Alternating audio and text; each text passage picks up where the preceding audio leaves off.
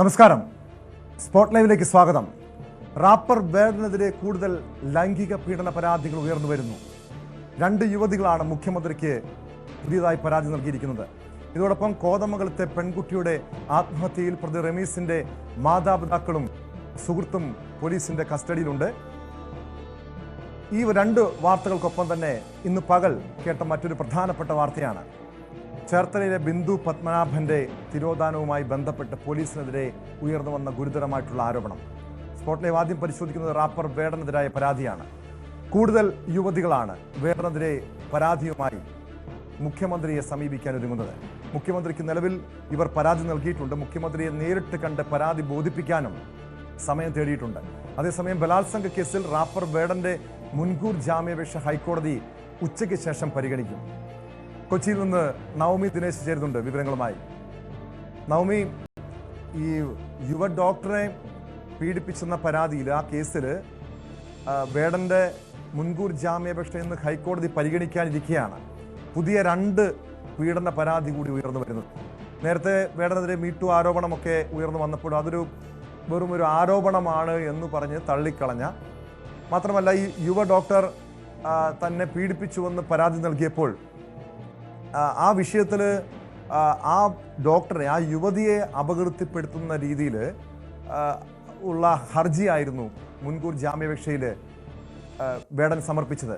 പക്ഷേ ഇപ്പോൾ പുതിയതായി ഉയർന്നു വന്ന 2 പരാതികൾ, ഈ 2 യുവതികളും എന്താണ് മുഖ്യമന്ത്രിക്ക് നൽകിയ പരാതിയിൽ ചൂണ്ടിക്കാണിക്കുന്നത്?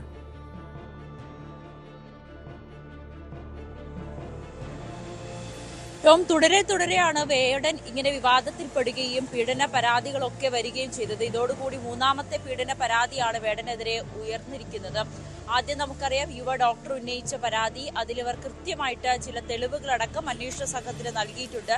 തൃക്കാക്കര പോലീസിന്റെ നേതൃത്വത്തിലാണ് അന്വേഷണം നടക്കുന്നത്. അതിൽ വേടൻ ഇപ്പോൾ ഒളിവിലാണ്. എവിടെയാണെന്ന് കൃത്യമായി അറിയാൻ കഴിയുന്നില്ല. വേടനെ വേണ്ടിയിട്ടുള്ള മുൻകൂർ ജാമ്യാപേക്ഷ, ജാമ്യം ലഭിച്ചാൽ ചിലപ്പോൾ പുറത്തേക്ക് വരാനായിരിക്കും വേടന്റെ തീരുമാനം.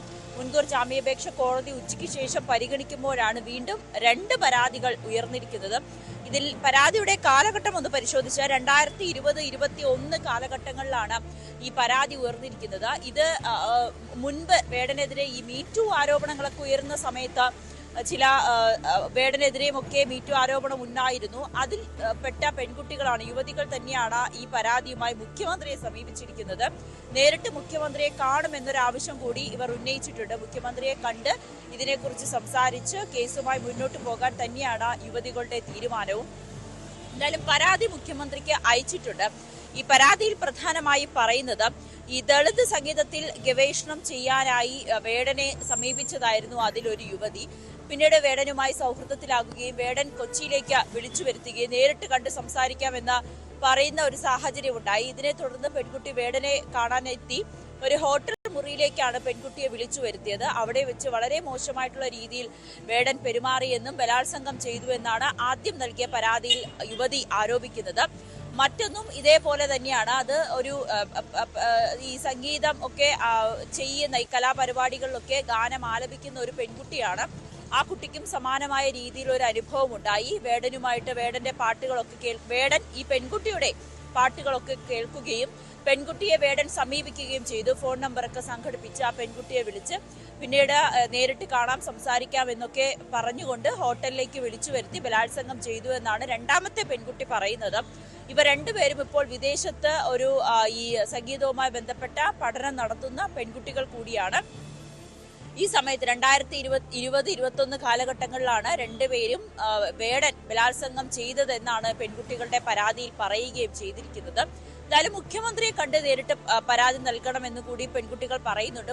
മുഖ്യമന്ത്രിക്ക് പരാതി നൽകി അവരെ മുഖ്യമന്ത്രി നേരിട്ട് കാണണം എന്ന ആവശ്യം കൂടിയാണ് പെൺകുട്ടികൾ ഉന്നയിക്കുന്നത്. മീറ്റു ആരോപണ സമയത്തും വേടനെതിരെ ആരോപണം ഉന്നയിച്ച പെൺകുട്ടികൾ ഒരാൾ തന്നെയാണ് ഇതെന്നാണ് നമുക്ക് മനസ്സിലാക്കുകയും ചെയ്തത്. എന്തായാലും കൂടുതൽ വിവരങ്ങൾ നമുക്ക് ഇതുമായി ബന്ധപ്പെട്ട് ലഭ്യമായിട്ടുമില്ല.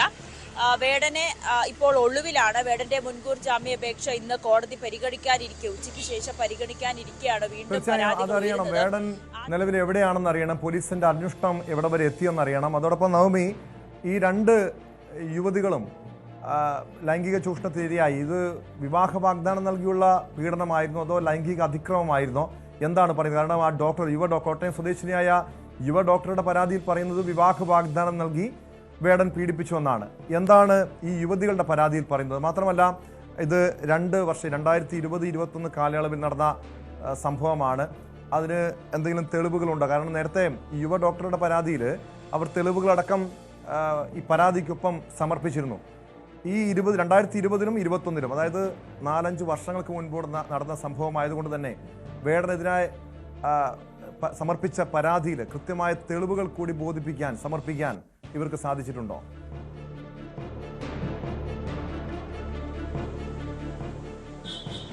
ലൈംഗിക അതിക്രമ പരാതിയാണ് ഇവർ മുഖ്യമന്ത്രിക്ക് നൽകിയിരിക്കുന്നത്. വിവാഹ വാഗ്ദാനം ഒന്നും അതിൽ സൂചിപ്പിച്ചിട്ടില്ല.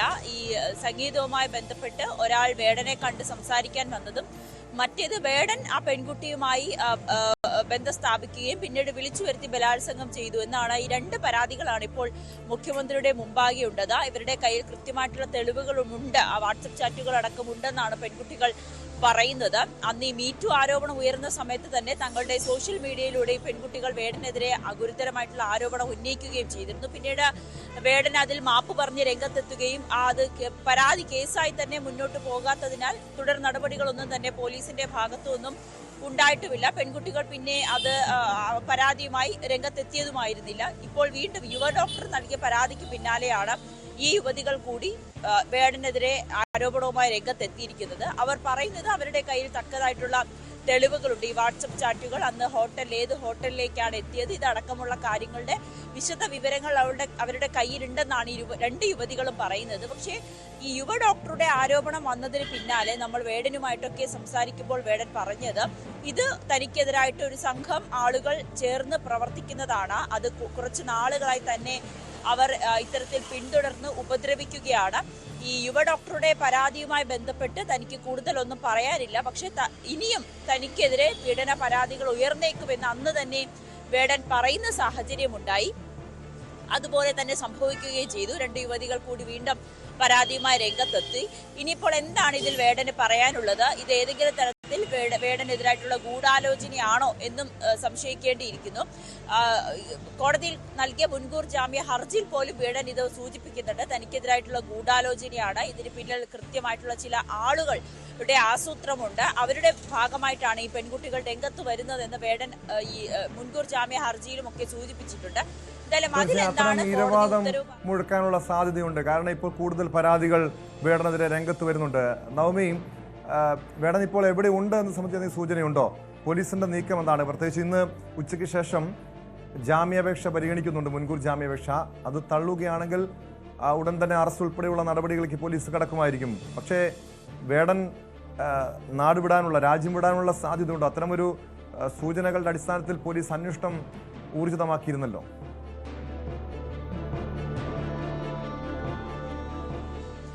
കഴിഞ്ഞ ദിവസം ബോൾഗാട്ടിയിൽ വേടന്റെ ഒരു പരിപാടി സംഘടിപ്പിച്ചിരുന്നു, ഒരു സംഗീത പരിപാടി സംഘടിപ്പിച്ചിരുന്നു. പിന്നീട് അവിടെ വേടൻ എത്തിയാൽ അറസ്റ്റ് ചെയ്യുമെന്ന് പോലീസിന്റെ വിവരം ലഭിച്ചതിനെ തുടർന്ന് ആ പരിപാടി സംഘാടകർ ക്യാൻസലാക്കുന്ന സാഹചര്യം. പിന്നീട് ഒരു ദിവസം നടത്താമെന്നൊക്കെ അറിയിച്ചിരുന്നു. വേടൻ ഇപ്പോൾ എവിടെയാണെന്നതിൽ ഒരു സൂചനയും ലഭിച്ചിട്ടില്ല. തൃശ്ശൂരിലെ വീട്ടിലൊക്കെ പോലീസ് പരിശോധന നടത്തി.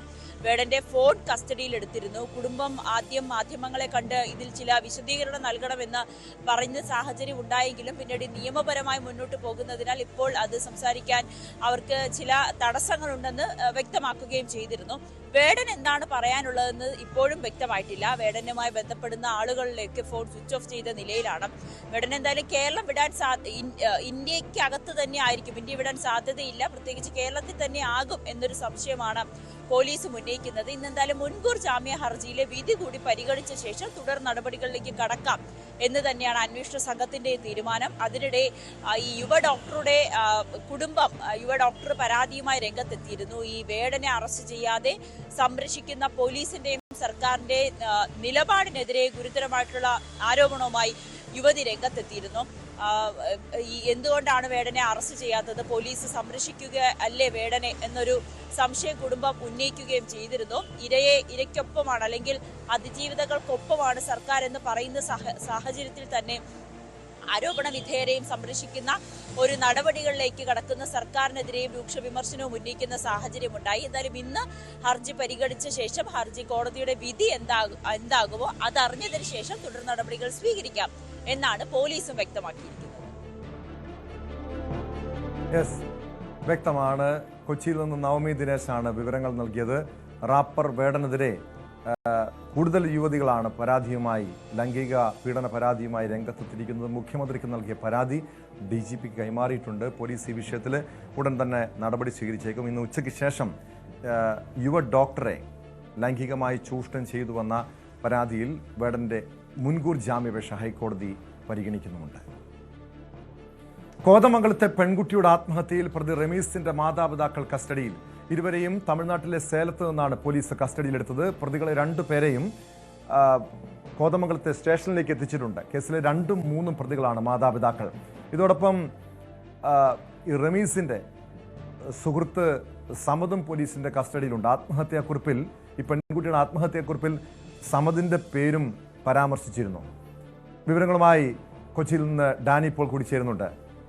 ഡാനി, ഈ കേസിലെ മുഖ്യപ്രതിയായിട്ടുള്ള റമീസിന്റെ കൂട്ടാളികൾ 2ഉം 3ഉം 4ഉം പ്രതികൾ കൂടി കസ്റ്റഡിയിലായിട്ടുണ്ട്. പക്ഷേ ഏറ്റവും വലിയ ആക്ഷേപം ഉയർന്നു വന്നത് ഈ പെൺകുട്ടിയുടെ ആത്മഹത്യാക്കുറിപ്പിൽ മാതാപിതാക്കളെക്കുറിച്ചും ഈ സുഹൃത്ത് സമദിനെക്കുറിച്ചും പരാമർശമുണ്ടായിട്ടും ഇവർക്ക് ഒളിവിൽ പോകാനുള്ള സാഹചര്യം പോലീസ് ഒരുക്കി. അവർക്കെതിരെ തുടക്കത്തിൽ തന്നെ നടപടി സ്വീകരിച്ചില്ല, അവരെ ചോദ്യം ചെയ്തില്ല തുടങ്ങിയ ആക്ഷേപങ്ങൾ പോലീസിന് ഏൽക്കേണ്ടി വന്നതാണ്. പക്ഷെ എന്തായാലും 3 പേരും പോലീസിന്റെ കസ്റ്റഡിയിലായിട്ടുണ്ട്. എന്തായിരിക്കും പോലീസിന്റെ അടുത്ത നീക്കം? 3 പേരുടെയും അറസ്റ്റ് ഉണ്ടാകുമോ? ഇവർക്കെതിരെ ഏതൊക്കെ വകുപ്പുകളാണ് എത്തിയിട്ടുള്ളത്?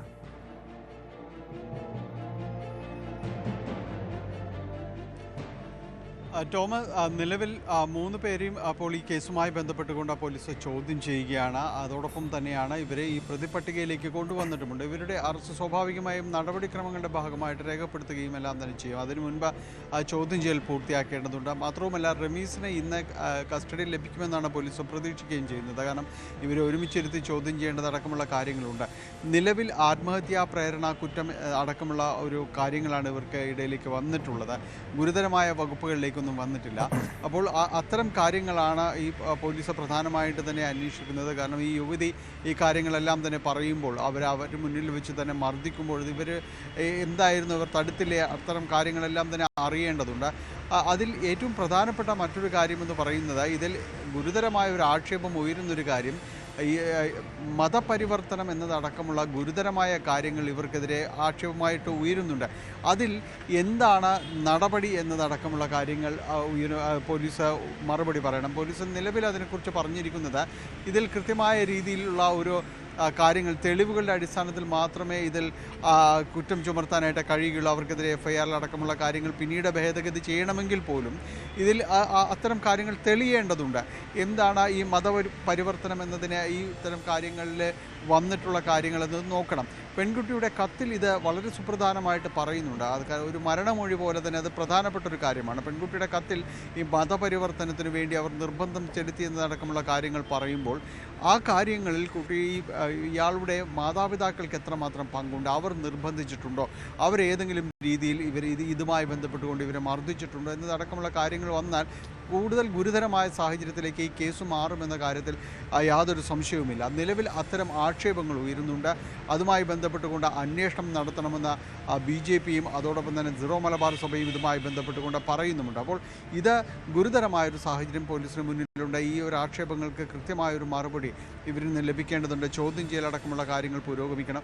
അതോടൊപ്പം തന്നെയാണ് ഈ റമീസിൻ്റെ അറസ്റ്റ് ഉണ്ടായ ഉടൻ തന്നെ ഇവർക്കെതിരെയും ആക്ഷേപം ഉണ്ടായിരുന്നതാണ്. അവർ ആത്മഹത്യാ പ്രേരണ കുറ്റം അടക്കമുള്ള കാര്യങ്ങൾ അവർക്കെതിരെയും വന്നതാണ്. അപ്പോൾ പോലും അവരെ അറസ്റ്റ് ചെയ്യുകയോ തുടർന്ന് അവരെ നിരീക്ഷണത്തിലാക്കാനോ അല്ലെങ്കിൽ അറസ്റ്റ് ചെയ്യുന്നതിന് മുൻപ് നിരീക്ഷണത്തിൽ കൊണ്ടുവരാനോ ഒന്നും തന്നെയും പോലീസ് യാതൊരു നടപടികളിലും ഉണ്ടായിരുന്നില്ല എന്നതാണ്.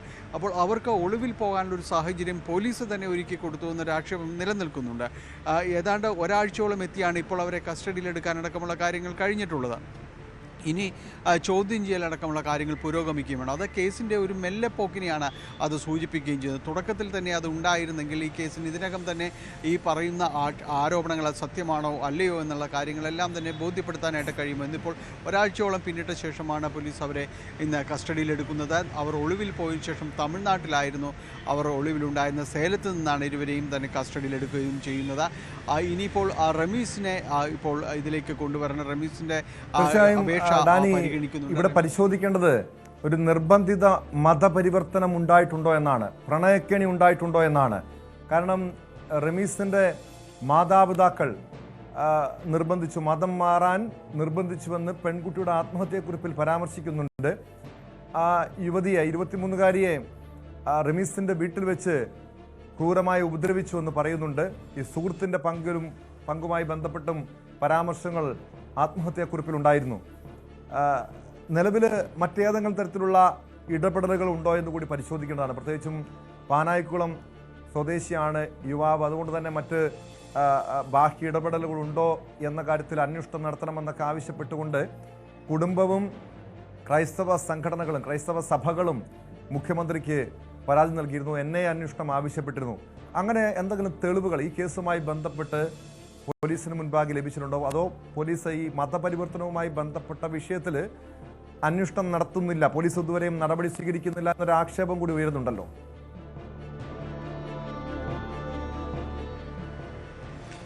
പോലീസ് ഇതുവരെയും അതിനാവശ്യമായ തെളിവുകൾ ലഭിച്ചിട്ടില്ല എന്ന് പോലീസ് പറയുന്നു. പക്ഷേ ഇതിൽ ഇവർ ചോദ്യം ചെയ്യേണ്ടതുണ്ട്. എങ്കിൽ മാത്രമേ ഈ മതപരിവർത്തനം അടക്കമുള്ള കാര്യങ്ങൾ തെളിയുള്ളൂ. അത് വളരെ ഗുരുതരമായൊരു വശം കൂടിയാണ്. അപ്പോൾ പക്ഷേ വലിയ രീതിയിൽ തന്നെ ആക്ഷേപം ഉയരുന്നതാണ്. പെൺകുട്ടിയുടെ കത്തിലടക്കമുണ്ട്. പെൺകുട്ടിയുടെ മാതാപിതാക്കൾ, പെൺകുട്ടിയുടെ മാതാവും അതോടൊപ്പം തന്നെ സഹോദരനും ഈ ആവശ്യം പറയുകയും എല്ലാം തന്നെ ചെയ്തിട്ടുണ്ട്. അവർ പറയുന്ന കാര്യം തന്നെ ഈ ഒരു കാര്യത്തിന് വേണ്ടിയാണ് ഇവളെ മർദ്ദിച്ചത് എന്നതടക്കമുള്ള കാര്യങ്ങൾ അവർ തന്നെ വ്യക്തമാക്കുന്നു. അവർക്ക് നൽകിയിരിക്കുന്ന പരാതിയിലും പറയുന്നത് ഇത് സംബന്ധിയായ കാര്യങ്ങൾ കൂടുതൽ അന്വേഷണം വേണമെന്നാണ്. ദേശീയ സുരക്ഷാ ഏജൻസി തന്നെ ഇത് സംബന്ധിച്ച് അന്വേഷണം നടത്തണം. അവർക്ക് വിദേശത്തു നിന്ന് വരെ ഇടപെടൽ ഉണ്ടായിട്ടുണ്ടോ എന്ന സംശയമെല്ലാം തന്നെ അവർ ഉന്നയിക്കുന്നുണ്ട്. അപ്പോൾ ഒരു പെൺകുട്ടിയുടെ ആത്മഹത്യ ചെയ്യപ്പെട്ട ഒരു പെൺകുട്ടി, മർദ്ദനമേറ്റ് ആത്മഹത്യ ചെയ്യപ്പെട്ട ഒരു പെൺകുട്ടി, അവരുടെ കുടുംബം പറയുന്ന കാര്യങ്ങളുടെ ഒരു വാസ്തവപരമായ കാര്യങ്ങൾ അന്വേഷിക്കേണ്ടതുണ്ട്. നിലവിൽ ഈ സംസ്ഥാന സർക്കാരും അതോടൊപ്പം തന്നെ ഈ പോലീസും എല്ലാം തന്നെ ഈ NIA അടക്കമുള്ള ഏജൻസികളുടെ അന്വേഷണ കാര്യത്തിലടക്കം ഒരു റിപ്പോർട്ട് നൽകേണ്ടത്. അപ്പോൾ ഈ സാഹചര്യങ്ങൾ പ്രാഥമികമായി അവർ അവലോകനം ചെയ്യേണ്ടതുണ്ട്. ഏത് രീതിയിലുള്ളൊരു അന്വേഷണമാണ് ഇപ്പോൾ നടക്കുന്നത്? മറ്റാരുടെയെങ്കിലും ഇടപെടൽ ഈ കാര്യങ്ങളിൽ ഉണ്ടായിട്ടുണ്ടോ? പ്രത്യേകിച്ച് ഈ പാനായിക്കുളം എന്ന കേസ് കാര്യങ്ങളും എല്ലാം തന്നെ പരാമർശിക്കപ്പെടുമ്പോൾ പാനായിക്കുളത്ത് ഈ രീതിയിലുള്ള സിമി ക്യാമ്പ്, നിരോധിത സംഘടനകൾ സിമി ക്യാമ്പ് അടക്കം നടന്നതായി ബന്ധപ്പെട്ടുകൊണ്ട് ആദ്യഘട്ടത്തിൽ കേരളത്തിലെ ആദ്യത്തെ തീവ്രവാദ കേസ് രജിസ്റ്റർ ചെയ്യപ്പെട്ട ഒരിടം കൂടിയാണ് എന്ന് ചൂണ്ടിക്കാണിച്ചുകൊണ്ടാണ് ഈ സ്ഥലവും നാമവുമായി ബന്ധപ്പെട്ടുകൊണ്ടുള്ള ഇപ്പോൾ പറയുന്ന കാര്യങ്ങളെല്ലാം. അപ്പോൾ ഈ പറയുന്ന കാര്യങ്ങളിൽ, ആക്ഷേപങ്ങളിൽ ഏതെങ്കിലും രീതിയിലുള്ള സത്യമുണ്ടോ, ഇടപെടലുണ്ടോ എന്നതെല്ലാം തന്നെ ആദ്യഘട്ടത്തിൽ അന്വേഷണം നടത്തേണ്ടത് പോലീസ് തന്നെയാണ്. ഇതിൽ അന്വേഷിച്ച റിപ്പോർട്ട് നൽകുകയും എല്ലാം തന്നെ വേണ്ടത്. നിലവിൽ റമീസിൻ്റെ മൊബൈൽ ഫോൺ അടക്കം ഏജൻസികളുടെ നിലവിലുള്ള അന്വേഷണ സംഘത്തിൻ്റെ കസ്റ്റഡിയിലാണ്. അവർ അത് പരിശോധിക്കുകയാണ്. ഏതെങ്കിലും രീതിയിലുള്ള ഫോൺ കോളുകളോ അസ്വാഭാവികത നിറഞ്ഞ ഏതെങ്കിലും സംഭാഷണങ്ങളോ കാര്യങ്ങളോ ഇതിലുണ്ടായിട്ടുണ്ടോ എന്നതടക്കമുള്ള കാര്യങ്ങൾ പരിശോധിക്കുന്നുണ്ട്. അതുകൊണ്ട് കൂടിയാണ് ഈ പരിശോധനകൾക്ക് ശേഷമാണ് ഇയാൾ ഇന്ന് കസ്റ്റഡിയിലേക്ക് ലഭിക്കുമെന്ന് നമ്മൾ അറിയുന്നത്. ഇത്തരം കാര്യങ്ങളിൽ ഇയാളുടെ ഭാഗത്തു നിന്നുള്ളൊരു വിശദീകരണം എന്താണ്? ഒപ്പം തന്നെ സുഹൃത്ത് സവദ്, ഇയാൾക്ക് എന്താണ് ഇതുമായി ബന്ധപ്പെട്ടുകൊണ്ട് പറയാനുള്ളത്? എന്തിനാണ് ആ സമയത്ത് അവിടെ ഉണ്ടായിരുന്നത്? മർദ്ദിക്കുന്നത് കണ്ടിട്ടും എന്തുകൊണ്ട് തടയാതിരുന്നു? ഇത്തരം കാര്യങ്ങൾക്കെല്ലാം ഇയാളും ഉത്തരം നൽകേണ്ടതുണ്ട്. ആ ഒരു ഇടപെടലിൽ മാതാപിതാക്കളുടെ പങ്ക് എത്രത്തോളം പ്രധാനമാണ് എന്നത് തന്നെയാണ് ഈ പരിശോധിക്കേണ്ടത്. നിലവിൽ അവരെ ഈ കേസുമായി ബന്ധപ്പെട്ടുകൊണ്ട് പ്രതി ചേർക്കുമ്പോൾ അത് ഈ ഒരു ഗാർഹിക പീഡന ആ ഒരു ലെവലിലേക്ക് മാത്രം കാണാതെ ഈ ആത്മഹത്യാ പ്രേരണ കുറ്റം അതിൽ മാത്രം ഒതുങ്ങാതെ മറ്റെന്തെങ്കിലും രീതിയിലുള്ള കാര്യങ്ങൾ അവരുടെ ഭാഗത്തുനിന്ന് ഉണ്ടായിട്ടുണ്ടോ എന്നതുകൂടിയുള്ള കാര്യങ്ങൾ പരിശോധിക്കേണ്ടതുണ്ട്. ഒരുപക്ഷെ അന്വേഷണ സംഘം, 10-അംഗ അന്വേഷണ സംഘമാണ് ഇതുമായി ബന്ധപ്പെട്ടുകൊണ്ട് മുന്നോട്ട് പോകുന്നത്. വരും ദിവസങ്ങളിൽ അവരുടെ വിശദമായൊരു ചോദ്യം ചെയ്യലുകൾ കാര്യങ്ങളെല്ലാം തന്നെ ഉണ്ടാകാം. അപ്പോൾ പൊതുവിൽ ആരോപിക്കപ്പെടുന്നത് പോലെ ഈ മതപരിവർത്തനവുമായി ബന്ധപ്പെട്ടുകൊണ്ട് ഏത് രീതിയിലുള്ള തെളിവുകളും കാര്യങ്ങളുമാണ് ഈ അന്വേഷണ സംഘത്തിന് ലഭിച്ചിട്ടുള്ളത്? ഇത് ആക്ഷേപം മാത്രമാണോ എന്നതടക്കമുള്ള കാര്യങ്ങൾ വരും ദിവസങ്ങളിൽ നമുക്ക് അറിയാൻ സാധിക്കും. ടോം. യെസ്, വ്യക്തമാണ്. കൊച്ചിയിൽ നിന്ന് ഡാനി പോളാണ് വിവരങ്ങൾ നൽകിയത്. കോതമംഗലത്ത് 23-കാരിയുടെ ആത്മഹത്യയിലാണ് പ്രതി റമീസിന്റെ മാതാപിതാക്കളും സുഹൃത്തും പോലീസിൻ്റെ കസ്റ്റഡിയിലുള്ളത്. ഇവരെ വിശദമായി ചോദ്യം ചെയ്യുകയാണ്. അറസ്റ്റ് കാരണം 3 പേരുടെയും പേര് ആത്മഹത്യാക്കുറിപ്പിൽ പരാമർശമുണ്ടായിരുന്നു. അതുകൊണ്ട് 3 പേരെയും അറസ്റ്റ് ചെയ്യാനുള്ള നീക്കത്തിലേക്കും പോലീസ് കടന്നിട്ടുണ്ട്. ചേർത്തലയിലെ ബിന്ദു പത്മനാഭൻ തിരോധാന കേസിന്റെ അന്വേഷണം പണം വാങ്ങി അട്ടിമറിച്ചതായി ആരോപണം. കേസിന്റെ തുടക്കത്തിൽ ആഭ്യന്തര വകുപ്പിന് നൽകിയ പരാതി അന്വേഷണ ഉദ്യോഗസ്ഥർ പണം വാങ്ങി അട്ടിമറിച്ചുവെന്ന് ബിന്ദുവിന്റെ സഹോദരൻ പ്രവീണാണ് ന്യൂസ് 18നോട് വെളിപ്പെടുത്തിയത്. ആലപ്പുഴ SP ആയിരുന്ന S. സുരേന്ദ്രൻ മുതൽ കുത്തിയതോട് SHO ഷാജിമോൻ വരെയുള്ളവർക്കെതിരെയാണ് വെളിപ്പെടുത്തൽ. അന്വേഷണം അട്ടിമറിച്ചത് കൂടാതെ പണം വാങ്ങി എങ്ങനെ അന്വേഷണ സംഘത്തെ അഭിമുഖീകരിക്കണമെന്ന നിർദ്ദേശവും അന്വേഷണ ഉദ്യോഗസ്ഥർ പ്രതി സെബാസ്റ്റ്യന് നൽകി. സർക്കാർ സമഗ്ര അന്വേഷണം നടത്തണമെന്നും അല്ലെങ്കിൽ കോടതിയെ സമീപിക്കുമെന്നും ബിന്ദു പത്മനാഭന്റെ സഹോദരൻ പ്രവീൺ ന്യൂസ് 18നോട് പറഞ്ഞു. ഇത് ഈ ആദ്യ ഇനിഷ്യൽ സ്റ്റേജിൽ ഹോം ഡിപ്പാർട്ട്മെന്റിൽ കൊടുത്തൊരു പരാതി, അതിന്റെ തപാൽ വകുപ്പ് പ്രകാരമൊക്കെ ഉള്ള കാലതാമസമൊക്കെ അവിടെ നിൽക്കട്ടെ, അതിനകത്ത് ഞാൻ കിടക്കുന്നില്ല.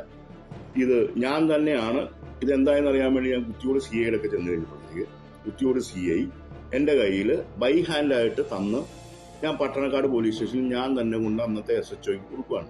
അന്നത്തെ SHO ഇപ്പോൾ സർവീസിലുണ്ടായിരിക്കണം, ഷാജിമോൻ സാറാണ് എന്ന് പറഞ്ഞുകൊണ്ട് ഈ അന്നത്തെ ഒരു SHO വിചാരിച്ചു കഴിഞ്ഞാൽ ഇത് മുഴുവൻ അട്ടിമറിക്കപ്പെടുമെന്ന് ഞാൻ അദ്ദേഹത്തെ കുറ്റമൊന്നും ഞാൻ പറയുന്നില്ല. അതിനൊക്കെ മേളിലുള്ള എന്തെങ്കിലും കാര്യങ്ങളൊക്കെ കാണും. അത് തന്നെയാണ് ഞാൻ പറഞ്ഞു വരുന്നത്. അന്ന് കൊണ്ട് കൊടുത്ത് കഴിഞ്ഞിട്ട് ആ പെറ്റീഷനിൽ എന്താണ് പറഞ്ഞിരുന്നത്? വെറുതെ എൻ്റെ പെങ്ങളെ കാണാതെ പോയെന്ന് മാത്രമല്ല ഞാൻ പറഞ്ഞു. കാണാതെ പോയി അതിൽ ഇൻവോൾവ് ആയിട്ടുള്ള ഒരാൾ സെബാസ്റ്റ്യൻ എന്ന് പറയുന്ന വ്യക്തിയെ സംശയിക്കാനുള്ള കാര്യങ്ങൾ എന്താ? അവിടെ ഞങ്ങൾ വീട്ടിൽ പോയി പുള്ളി പറയുന്ന കാര്യങ്ങൾ മുഴുവൻ കള്ളമാണ്. അതീ പറയുന്നുണ്ട്. ഈ മനോജിന്റെ ഈ ഓട്ടോറിക്ഷക്കാരൻ മനോജിന്റെ കാര്യം ഇപ്പൊ കൂടി വന്നു വെച്ചത് ഇന്നലെ ബിന്ദു വന്നു 500 രൂപ വന്നിട്ട് പോയി എന്ന് പറയുന്നു. ഇതൊക്കെ എല്ലാം കള്ളം. എവിടുന്ന വന്നേ അറിയില്ല, ഫോൺ നമ്പർ ഇല്ല, പല കാര്യങ്ങളും കള്ളം. പിന്നെ 2 അതിലുപരി എടപ്പള്ളിയിലെ സ്ഥലം മറിച്ചു വിറ്റ ആധാരത്തിന്റെ കോപ്പി, ആധാരത്തിന്റെ ആധാര നമ്പർ, ഈ ആരാണ് പകരക്കാരിയായിട്ട് വന്ന സ്ത്രീ ജയ താമസിക്കുന്നത് കടക്കരപ്പള്ളി കുറുപ്പങ്ങര ജംഗ്ഷന്റെ തൊട്ടടുത്തുള്ള വീട്ടിൽ വാടകയ്ക്ക് താമസിക്കുന്നു. ആളെവിടെയുണ്ട് എന്ന് തന്നെ പറഞ്ഞുകൊണ്ടുള്ള രീതിയിൽ 7 പേജുള്ള ഒരു പെറ്റീഷൻ, ഒരു ലേഡി മിസ്സിംഗ് കേസാണ്. ഞാൻ നേരിട്ട് ബൈഹാന്റെ SHOയ്ക്ക് കൊണ്ട് കൊടുത്തിട്ട് 70 ദിവസം കഴിഞ്ഞാണ് FIR ഉള്ളി FIR. ഒരു മാൻ മിസ്സിംഗ് കേസിന്റെ, ലേഡി മിസ്സിംഗ് കേസിന്റെ FIRന് 70 ദിവസം കഴിഞ്ഞു. അതിൽ തന്നെ ഇല്ലേ? അതാണ് എനിക്ക് ആദ്യം അറിയേണ്ടത്. അതിൽ തന്നെ ഇല്ല. ഇത് എന്തോ ഒരു ഇൻക്രിമെന്റിന്റെ വിഷയമൊക്കെ പറയുന്നത് കേട്ടു. അത് കഴിഞ്ഞിട്ട് അദ്ദേഹം ചെയ്ത് ഞാൻ പറയുന്നത് കേട്ടോ. അതൊക്കെ അതിനും വേണ്ടിയുള്ള കാര്യങ്ങളൊക്കെ ഇതിന്റെ മേളിൽ നിന്നോ കാര്യങ്ങളൊക്കെ ഉണ്ട്. ഇപ്പൊ പേരൊക്കെ പതുക്കെ പുറത്ത് പറയുന്നുണ്ട്, എല്ലാവരും പറയുന്നുണ്ട്. അത് കഴിഞ്ഞിട്ട് ഇതില് മീഡിയയിലൊക്കെ വന്നു കഴിഞ്ഞ് 6.5 മാസം കഴിഞ്ഞാണ് സെബാസ്റ്റ്യനെ ഈ ഫോർജറി കേസിൽ അറസ്റ്റ് ചെയ്യുന്നത്. അപ്പം ഈ അഴിമതി പൈസ വാങ്ങി എന്ന് മാത്രമല്ല, ട്യൂഷനും എന്തൊക്കെ പറയണം, എന്തൊക്കെ ചെയ്യണം, ഇതൊക്കെ ഭംഗിയായിട്ട് കിട്ടിയിട്ടുണ്ട്. ഇതെന്താണ് ഇതിനകത്ത് സംഭവിച്ചതെന്നുള്ളതിനെ പറ്റി വ്യക്തമായ അന്വേഷണം വേണം. ഇന്നലെ ഞാൻ പറഞ്ഞല്ലോ, മിനിസ്റ്ററുമായിട്ടൊക്കെ സംസാരിച്ചു. ഞങ്ങൾ ആ രീതിയിൽ തന്നെ ആദ്യം കോടതി മുഖാന്തരം അല്ലാതെ പിന്നെ ക്യാബിനറ്റിന്റെ രീതിയിൽ എന്തെങ്കിലും നടക്കുമെന്നുള്ള കാര്യങ്ങൾ നോക്കണം. അതിനുള്ള കാര്യങ്ങൾ നോക്കുന്നുണ്ട്. ഇത് ഇപ്പോഴത്തെ അന്വേഷണം പോകുന്നതിനെ ഡിസ്റ്റർബ് ചെയ്യേണ്ട എന്ന് വിചാരിച്ച് മാത്രമാണ് ഞാൻ മിണ്ടാതിരിക്കുന്നത്. ഇത് എന്തായാലും വേണം. അതിന്റെ കാര്യം എന്താണെന്ന് വെച്ച് കഴിഞ്ഞാൽ, അന്ന് ഈ 8 വർഷമായി ഞാനിതിൽ പറയും. അതിലൊരു DYSP ഞാൻ മനസ്സിലാക്കിയത് 16 പ്രാവശ്യം സെബാസ്റ്റ്യനെ ചോദ്യം ചെയ്തു, കിട്ടില്ല. ഇപ്പോൾ ഉള്ള ആൾക്കാർക്ക് എന്താ കുഴപ്പം? അവരൊക്കെ വലിയ പ്രഗത്ഭന്മാരായിട്ടുള്ള ആൾക്കാരാണല്ലോ. അവരൊന്നും വിചാരിച്ചിട്ട് എന്താ ഒന്നും മിണ്ടുന്നില്ല പറഞ്ഞിട്ട് കാര്യമില്ല. എന്താ കാര്യം? അന്നത്തെ കോച്ചിങ് ട്യൂഷൻ കൊടുത്ത് ഡീസന്റ് ആയിട്ട് നിർത്തിയിരിക്കുകയാണ് ഇപ്പം. അന്ന് അതൊരു ചെറിയ കാര്യമാണോ? ആലപ്പുഴയിൽ നിന്ന് ശരണ്യ സ്നേഹജൻ ചേരുന്നുണ്ട്. ശരണ്യ, പതിറ്റാണ്ടുകൾക്ക് മുൻപ് കാണാതായ ബിന്ദു പത്മനാഭന്റെ സഹോദരൻ പ്രവീണിന്റെ ആരോപണം ഏറെ ഗുരുതരമാണ്. പ്രത്യേകിച്ചും പോലീസിനെതിരെ, അന്നത്തെ SP S. സുരേന്ദ്രൻ ഉൾപ്പെടെയുള്ളവർക്കെതിരെയാണ് ആരോപണം. തൻ്റെ സഹോദരിയുടെ സ്വത്തുക്കൾ കൈമാറ്റം ചെയ്തതുമായി ബന്ധപ്പെട്ട് തെളിവുകൾ അന്വേഷണ ഉദ്യോഗസ്ഥർ കൈമാറിയിട്ടും യാതൊരു നടപടിയും ഉണ്ടായില്ല. ഒരു സ്ത്രീയെ കാണാതായി എന്ന് പറഞ്ഞ് കുടുംബം പരാതി നൽകിയിട്ട്, സഹോദരൻ പരാതി നൽകിയിട്ടും FIR രജിസ്റ്റർ ചെയ്തത് 70 ദിവസങ്ങൾക്ക് ശേഷമാണ്. നമുക്കറിയാം, അത്ര വലിയ പിടിപാടോ ബന്ധങ്ങളോ ഉന്നത സ്വാധീനമോ ഒന്നും ഉള്ള വ്യക്തിയല്ല സെബാസ്റ്റ്യൻ. പക്ഷേ അങ്ങനെ ഒരു വ്യക്തിക്ക്, ഒരു സാധാരണക്കാരനായ സെബാസ്റ്റ്യന് വേണ്ടി ആരാണ് ഇടപെട്ടത്? എങ്ങനെയാണ്, എന്തിനു വേണ്ടിയാണ് പോലീസ് ആ കേസ് അട്ടിമറിച്ചതെന്ന കാര്യത്തിൽ അതിൻ്റെ വിവരങ്ങൾ പുറത്തു വരണം. ഈ വിഷയത്തിൽ എങ്ങനെ മുന്നോട്ട് പോകാനാണ് സഹോദരൻ പ്രവീണിൻ്റെ നീക്കം? കാരണം മുഖ്യമന്ത്രിക്ക് പരാതി നൽകുമെന്ന് അറിയിച്ചിട്ടുണ്ട്. സർക്കാരിൻ്റെ ഭാഗത്തുനിന്ന്, പോലീസിൻ്റെ ഭാഗത്തുനിന്ന് നടപടി ഉണ്ടായില്ലെങ്കിൽ, ഈ വിഷയത്തെക്കുറിച്ച് അന്വേഷിച്ചില്ലെങ്കിൽ എന്തായിരിക്കും ഈ ബിന്ദുവിൻ്റെ സഹോദരൻ്റെ നീക്കങ്ങൾ?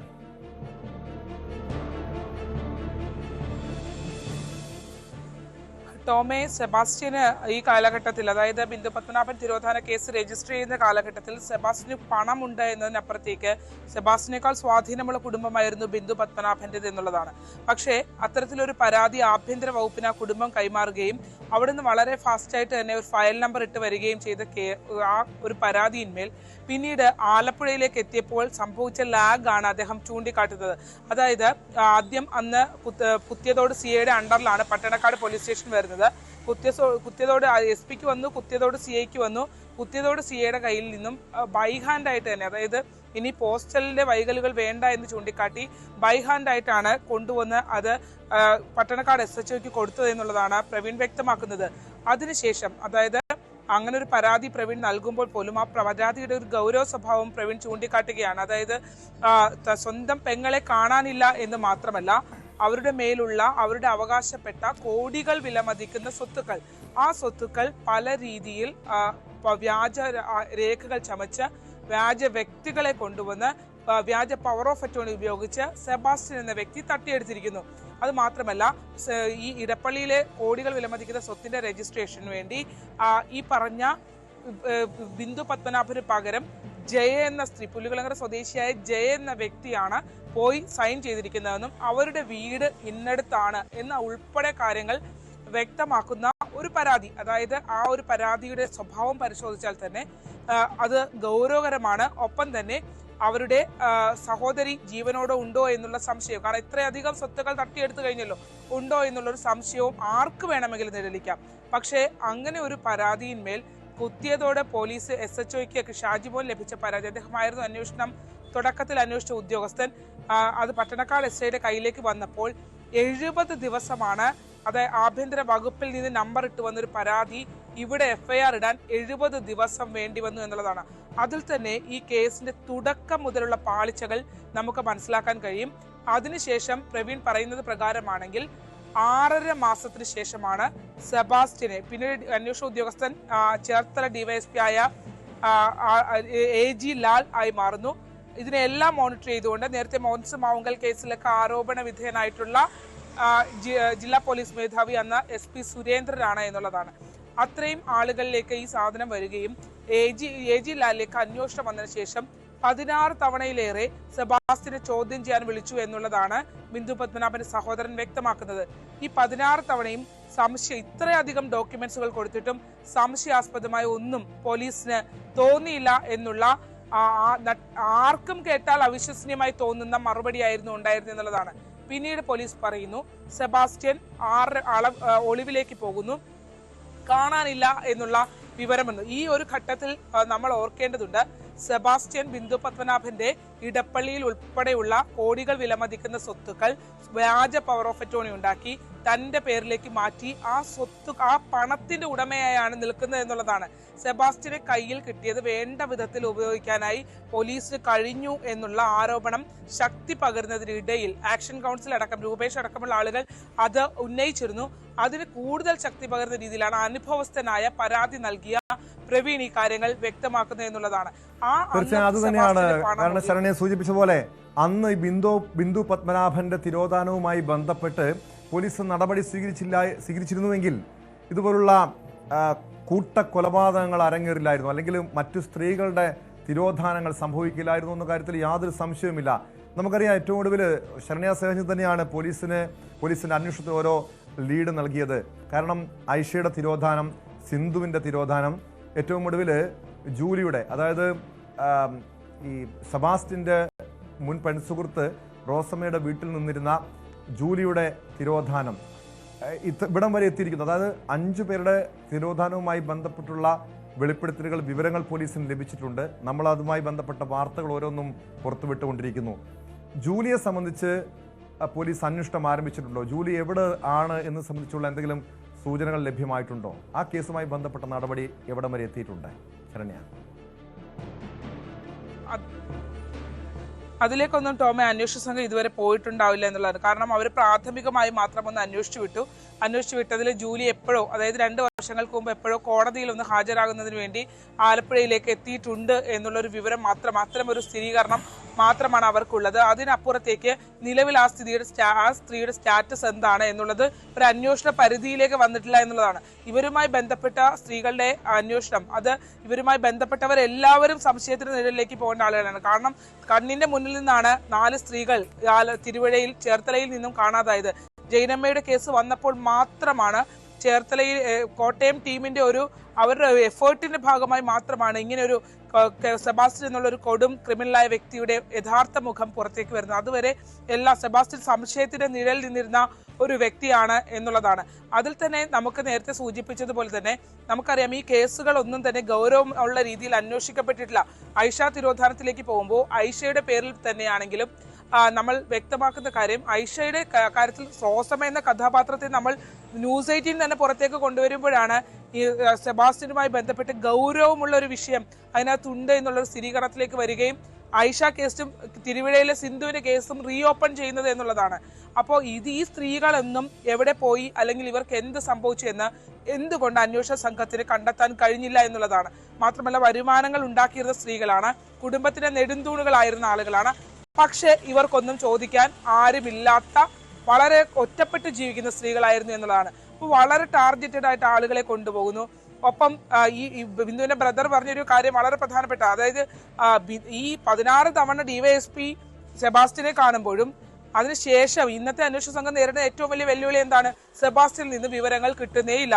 അയാൾ വളരെ ട്രെയിൻഡ് ആണ് എന്നുള്ളതാണ് ബിന്ദുവിന്റെ സഹോദരൻ പറഞ്ഞിരിക്കുന്നത്. ആലപ്പുഴ ചേർത്തലയിലെ ബിന്ദു പത്മനാഭന്റെ തിരോധാനവുമായി ബന്ധപ്പെട്ടാണ് പോലീസിനെതിരെ ഗുരുതര ആരോപണവുമായി സഹോദരൻ രംഗത്തെത്തിയത്. പോലീസ് പണം മേടിച്ച് ഈ കേസ് അട്ടിമറിച്ചു തുടങ്ങിയ ഗുരുതരമായിട്ടുള്ള ആരോപണമുണ്ട്. മുഖ്യമന്ത്രിക്ക് ഇയാൾ പരാതി നൽകിയിട്ട്, സഹോദരൻ പരാതി നൽകിയിട്ടുണ്ട്. നടപടി ഉണ്ടായില്ലെങ്കിൽ, ഈ വിഷയത്തിൽ ഒരു അന്വേഷണം പ്രഖ്യാപിച്ചില്ലെങ്കിൽ കോടതിയെ സമീപിക്കാൻ സഹോദരന്റെ നീക്കം. സ്പോട്ട് ലൈവിലേക്ക് തിരികെ എത്താം ഇടവേളയ്ക്ക് ശേഷം. സ്പോട്ട് ലൈവിലേക്ക് വീണ്ടും. കാസർഗോഡ് കുണ്ടൻകുഴിയിൽ അധ്യാപകന്റെ മർദ്ദനത്തിൽ വിദ്യാർത്ഥിയുടെ കർണപുടം പൊട്ടിയതിൽ ബാലാവകാശ കമ്മീഷൻ കേസെടുത്തു. പ്രധാന അധ്യാപകനെതിരെ നടപടി ആവശ്യപ്പെട്ട് യൂത്ത് കോൺഗ്രസും BJPയും സ്കൂളിലേക്ക് പ്രതിഷേധ മാർച്ച് നടത്തി. സംഭവം ഡെപ്യൂട്ടി ഡയറക്ടർ അന്വേഷിക്കുന്നുണ്ടെന്നും മന്ത്രി B. ശിവൻകുട്ടി അറിയിച്ചു. കുട്ടിയുടെ കർണപുടം തകർന്നു എന്നൊക്കെയാണ് പറഞ്ഞത്. ഞാൻ അവിടുത്തെ സബ് ഇൻസ്പെക്ടറുമായിട്ട് സംസാരിച്ചു നോക്കി. ഈ സ്കൂളിലിരിക്കുന്ന സ്ഥലത്ത് ഇതുവരെ പരാതി ഒന്നും കൊടുത്തിട്ടില്ല. കുട്ടിയുടെ അമ്മയോട് ചോദിച്ചു, അമ്മയും പരാതി കൊടുത്തിട്ടില്ല, ചികിത്സയിലായിരുന്നു, ഇന്ന് പരാതി കൊടുക്കാൻ വേണ്ടി പോവുകയാണെന്ന് പറഞ്ഞു. പൊതുവിൽ എനിക്ക് പറയാനുള്ള അധ്യാപകരോടും രക്ഷകർത്താക്കളോടും പറയാനുള്ളത്, ചെറിയ ചെറിയ പ്രശ്നങ്ങളൊക്കെ എല്ലാ സ്കൂളുകളിലും ഉണ്ടാവും. അധ്യാപകരെ അങ്ങനെ ശത്രുക്കളായി നമ്മൾ കാണേണ്ട കാര്യമൊന്നുമില്ല. അപ്പം അത്തരം എല്ലാ പ്രശ്നങ്ങളും ഒരു വലിയ വിവാദ പ്രശ്നങ്ങളാക്കി മാറ്റുന്നത് നമ്മുടെ പൊതുവിദ്യാഭ്യാസത്തിന്റെ വളർച്ചയ്ക്ക് അത്ര ഗുണമല്ല. എന്നാൽ അധ്യാപകർ ശ്രദ്ധിക്കേണ്ടതായിട്ട്, ശിക്ഷ അറിയിക്കുന്ന കുറ്റം ചെയ്ത കുട്ടികളുണ്ടെങ്കിൽ അതിന്റെ നിയമം നോക്കി മാത്രമേ കാര്യങ്ങൾ ചെയ്യാൻ വേണ്ടി പാടുള്ളൂ. ഒരു കാരണവശാലും കുട്ടികളെ ഉപദ്രവിക്കുന്ന നില ഉണ്ടാകാൻ പാടില്ല. KV ബൈജു ചേരുന്നുണ്ട് വിശദാംശങ്ങളുമായി. ബൈജു, ഒരു നിസ്സാര പ്രശ്നത്തിന്റെ പേരിൽ അസംബ്ലിയിൽ വെച്ച് ഈ കരിങ്കൽ ചീള് കാലുകൊണ്ട് നീക്കി എന്ന് പറഞ്ഞാണ് പ്രധാന അധ്യാപകൻ ഈ സ്കൂൾ വിദ്യാർത്ഥിയെ കരണത്തിനടിച്ചത്. അങ്ങനെ കഴിഞ്ഞ ദിവസം ഉണ്ടായ സംഭവത്തിൽ ഇന്നലെയാണ് ഈ വാർത്ത പുറത്തു വന്നത്. പക്ഷേ കുടുംബം ഇതുവരെ അങ്ങനെ പരാതിയുമായി മുന്നോട്ട് വന്നില്ല. പക്ഷേ ഈ പരിക്കേറ്റ വിദ്യാർത്ഥി ആശുപത്രിയിൽ ചികിത്സയിലാണ്. എന്ത് നടപടിയാണ് ഈ സംഭവവുമായി ബന്ധപ്പെട്ട്, വിദ്യാർത്ഥിയെ മർദ്ദിച്ച സംഭവവുമായി ബന്ധപ്പെട്ട് അധ്യാപകനെതിരെ ഉണ്ടായിരിക്കുന്നത്? ബൈജു.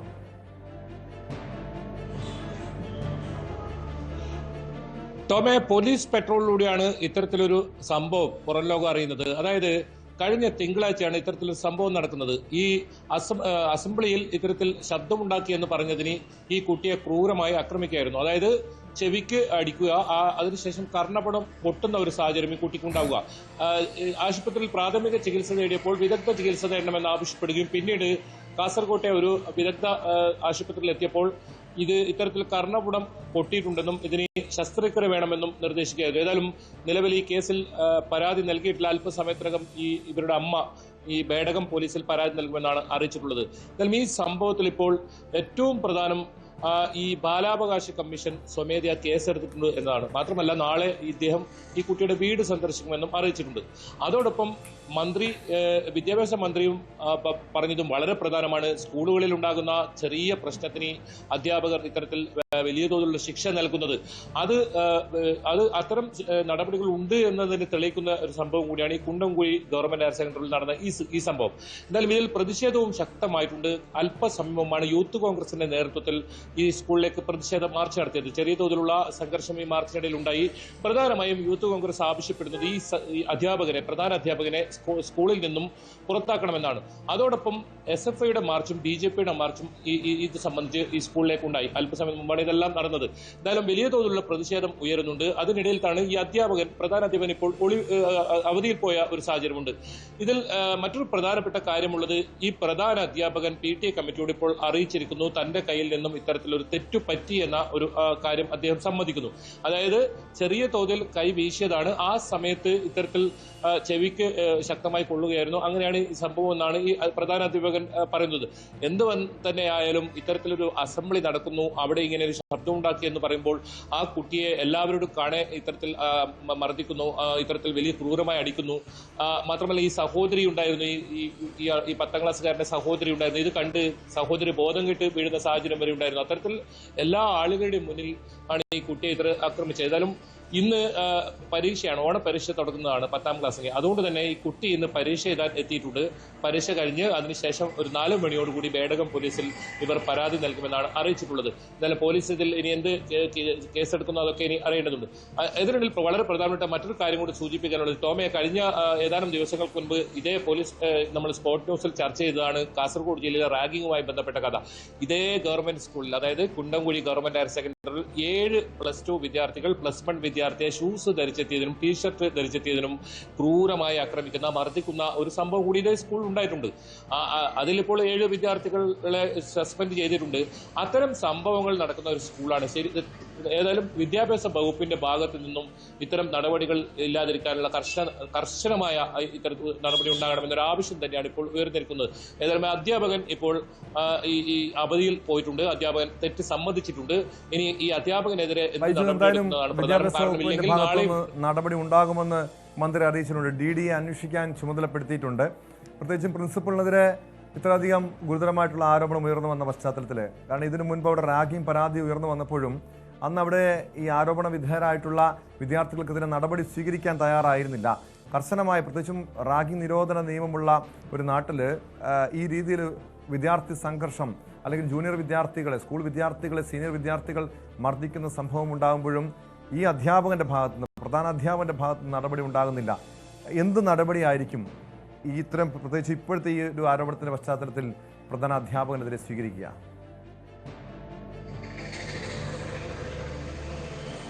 ടോമെ, ഇതിൽ പോലീസ് ഏത് വകുപ്പ് ചേർത്ത് ഇതിൽ കുറ്റം ചുമത്തും എന്നാണ് ഇതിൽ പ്രധാനം. അതനുസരിച്ച് ആയിരിക്കും ഇതിൽ നടപടി ഉണ്ടാകുക. ഒപ്പം വിദ്യാഭ്യാസ മന്ത്രി ഇതിൽ വിശദമായ റിപ്പോർട്ട് ആവശ്യപ്പെട്ടിട്ടുണ്ട്. ആ റിപ്പോർട്ട് കൂടി ലഭിച്ചതനുസരിച്ചായിരിക്കും ഇത്തരത്തിലുള്ള നടപടി ഉണ്ടാകും. ഒരു പക്ഷേ തുടക്കം എന്ന നിലയിൽ ഇതിൽ സസ്പെൻഷനിലേക്ക് ഉണ്ടാകാനാണ് ആദ്യ സാധ്യത. നേരത്തെ ടോം സൂചിപ്പിച്ചതുപോലെ തന്നെ ഈ റാഗിംഗ് കേസ് ഉയർന്നു വന്നപ്പോൾ യാതൊരു നടപടിയും സ്വീകരിച്ചത് അത് ശക്തമായ വലിയ തോതിലുള്ള പ്രതിഷേധത്തിനിടയാക്കിയിരുന്നു. നമ്മളാണ് ആ സംഭവം റിപ്പോർട്ട് ചെയ്തത്. അതിനെ തുടർന്ന് പോലീസ് കേസെടുക്കുകയും പോലീസ് കേസെടുത്തതിന് ശേഷമാണ് 7 വിദ്യാർത്ഥികളെ സ്കൂളിൽ നിന്നും ഇത്തരത്തിൽ സസ്പെൻഡ് ചെയ്യാനുള്ള ഒരു നടപടി അധികൃതരുടെ ഭാഗത്തുണ്ടായത്. അത്തരത്തിൽ വലിയ വീഴ്ച ആ സമയത്തും ഉണ്ടായിരുന്നു. ഈ സംഭവത്തിലും വിദ്യാഭ്യാസ വകുപ്പിന്റെ ഭാഗത്തും വലിയ വീഴ്ച ഉണ്ടായിട്ടുണ്ട്. കാരണം തിങ്കളാഴ്ച നടന്ന ഒരു സംഭവമാണ്. ഇതിലൊരു ഒത്തുതീർപ്പ് നടത്താനുള്ള ഒരു ശ്രമം ഉണ്ടായെന്ന് വേണം നമുക്ക് മനസ്സിലാക്കാൻ. കാരണം തിങ്കളാഴ്ച നടന്ന സംഭവം ഇന്നലെ രാത്രിയോടുകൂടി ന്യൂസ് 18 പുറത്തുവിടുമ്പോഴാണ് ഈ സംഭവത്തിന് ഗൗരവം അറിയുന്നത്.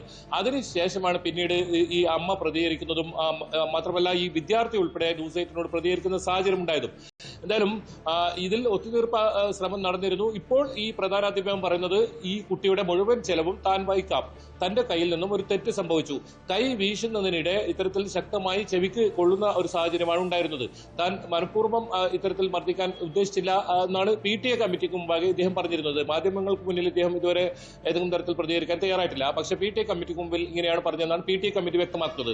എന്തായാലും പോലീസിന്റെ FIR ഏത് രീതിയിലായിരിക്കുമോ അതനുസരിച്ചായിരിക്കും ഇതിലെ തുടർ നടപടികൾ ഉണ്ടാവുക. ഈ അധ്യാപകനെതിരെ, പ്രധാനാധ്യാപകനെതിരെ കടുത്ത നടപടി ഉണ്ടാകുമെന്നൊക്കെ അറിയാം. ഏതായാലും സസ്പെൻഷൻ ഉണ്ടാകാനുള്ള ഒരു സാധ്യതയുണ്ട്. കാരണം മന്ത്രി നേരിട്ട് ഈ വിഷയത്തിൽ ഇടപെട്ടു, മന്ത്രി കുടുംബവുമായി സംസാരിച്ചു, മറ്റ് ഉദ്യോഗസ്ഥരോടും സംസാരിച്ചു. മന്ത്രിക്ക് ഇതിൽ കാര്യം ബോധ്യപ്പെട്ടിട്ടുണ്ട്. പക്ഷേ ഇതുവരെ പരാതി എടുക്കാത്ത സാഹചര്യമായതുകൊണ്ടാണ് ഇതിൽ ഒരു നടപടി ഉണ്ടാകുന്നതെന്നാണ് നമ്മൾ മനസ്സിലാക്കുന്നത്. ഏതായാലും പരീക്ഷ കഴിഞ്ഞ് ഉച്ചയ്ക്ക് ശേഷം വേടകം പോലീസിൽ പരാതി നൽകുന്നുണ്ട്. ആ പോലീസിന്റെ തുടർ നടപടി അനുസരിച്ചായിരിക്കും അധ്യാപകനെതിരെ ഏത് രീതിയിലുള്ള ഈ ശിക്ഷണ നടപടി ഉണ്ടാകും. അത് ഒരു പക്ഷേ തുടക്കത്തിൽ സസ്പെൻഷനായിരിക്കും, നേരത്തെ സൂചിപ്പിച്ചതുപോലെ തന്നെ മറ്റ് കൂടുതൽ നടപടികൾ വേണമെന്ന കാര്യത്തിലും തീരുമാനമുണ്ടാകുക. എന്നാലും ഇയാളെ ഈ സർവീസിൽ നിന്നും പിരിച്ചുവിടാമെന്ന ആവശ്യമാണ് യൂത്ത് കോൺഗ്രസ് മുന്നോട്ട് വെക്കുന്നത്. അത്ര വരെ ഇത് പ്രതിഷേധം ശക്തമായി തുടരുമെന്നും അവർ മുന്നറിയിപ്പ് നൽകുന്നുണ്ട്. ഒപ്പം SFIയും BJPയും ഇതേ സ്കൂളിലേക്ക് മാർച്ച് നടത്തി.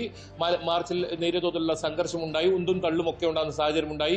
ഏതായാലും ഇപ്പോൾ പരീക്ഷ നടക്കുന്ന ഒരു സമയമായതുകൊണ്ട് തന്നെ വലിയ തോതിലുള്ള സംഘർഷത്തിലേക്ക് എത്താതെ കാര്യം നടന്നു. നാളെ ബാലാവകാശ കമ്മീഷൻ ഈ കുട്ടിയെ സന്ദർശിക്കുന്നുണ്ട്. കുട്ടിയെ വീട്ടിലെത്തിയായിരിക്കും സന്ദർശിക്കുക, കുട്ടിയുടെ മൊഴി രേഖപ്പെടുത്തും. നിലവിൽ ബാലാവകാശ കമ്മീഷൻ കേസെടുത്തിട്ടുണ്ട്. ഒപ്പം ബേക്കൽ DYSPയോട് ഇതിന്റെ വിശദമായ റിപ്പോർട്ടും ആവശ്യപ്പെട്ടിട്ടുണ്ട്. കാസർഗോഡ് നിന്ന് KV ബൈജു ആണ് വിവരങ്ങൾ നൽകിയത്. കാസർഗോഡ് വിദ്യാർത്ഥിയുടെ കർണപുടം അടിച്ചു തകർത്ത അധ്യാപകനെതിരെ ബാലാവകാശ കമ്മീഷനാണ് കേസെടുത്തിരിക്കുന്നത്. നടപടി ഉണ്ടാകുമെന്ന് വിദ്യാഭ്യാസ മന്ത്രി B. ശിവൻകുട്ടിയും ഉറപ്പ് നൽകിയിട്ടുണ്ട്. കൊല്ലം കൊട്ടാരക്കര ബെവറേജസ് കോർപ്പറേഷനിൽ മദ്യം വാങ്ങാനെത്തിയ ആൾ മാനേജറുടെ തല അടിച്ചു പൊട്ടിച്ചു. തലയ്ക്ക് പരിക്കുപറ്റിയ ജീവനക്കാരൻ ബസ്സിൽ കൊട്ടാരക്കര താലൂക്ക് ആശുപത്രിയിൽ ചികിത്സ തേടി. ബിയർ കുപ്പി കൊണ്ട് അടിക്കുന്ന ദൃശ്യങ്ങളും പുറത്തു വന്നിട്ടുണ്ട്.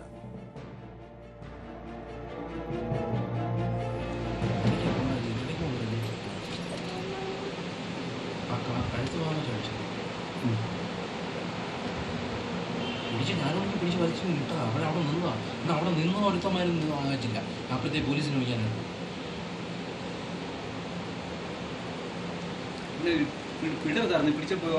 അത് പൊട്ടിച്ചാ പോയിരുന്ന, അടിച്ചു പൊട്ടിച്ചാ പോയിരുന്ന. ഹോസ്പിറ്റലിൽ പോയാൽ പക്ഷേ പുള്ളി വന്നില്ല, വിളിച്ചിട്ട് ഫോൺ എടുക്കുന്നില്ല. ഭാരനാ പോയിക്കുന്നത്.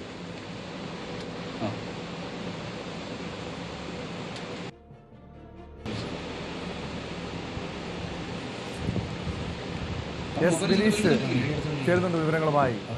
വിനീഷ്, യാതൊരു പ്രകോപനവുമില്ലാതെയാണ് ബിയർ കുപ്പി കൊണ്ട് ഈ അക്രമി മാനേജറുടെ തല അടിച്ചു പൊട്ടിക്കുന്നത്. എന്താണ് സംഭവത്തിന് കാരണം? പോലീസ് എന്ത് നടപടിയാണ് സ്വീകരിച്ചിരിക്കുന്നത്? ഈ പരിക്കേറ്റ മാനേജറുടെ, ബെവറേജസ് കോർപ്പറേഷൻ മാനേജറുടെ ഇപ്പോഴത്തെ അവസ്ഥ എങ്ങനെയാണ്? ആരോഗ്യനില എങ്ങനെയാണ്? തോമസ്, കഴിഞ്ഞ ദിവസം 8:30 കൂടിയാണ് ഈ ഒരു സംഭവം ഉണ്ടായത്. ബിവറേജ് കോർപ്പറേഷനിലെത്തി മദ്യം വാങ്ങാനായി വന്നവരാണ് ഇവർ. വെട്ടിക്കവല സ്വദേശികളാണെന്നാണ് പോലീസിന് ഇപ്പോൾ സൂചന ലഭ്യമായിരിക്കുന്നത്. ഇവരാണ് ഇത്തരത്തിലുള്ളൊരു അക്രമം നടത്തിയത്. നമുക്ക് ദൃശ്യങ്ങളിൽ തന്നെ കാണാൻ കഴിയും. 2 യുവാക്കളാണ്.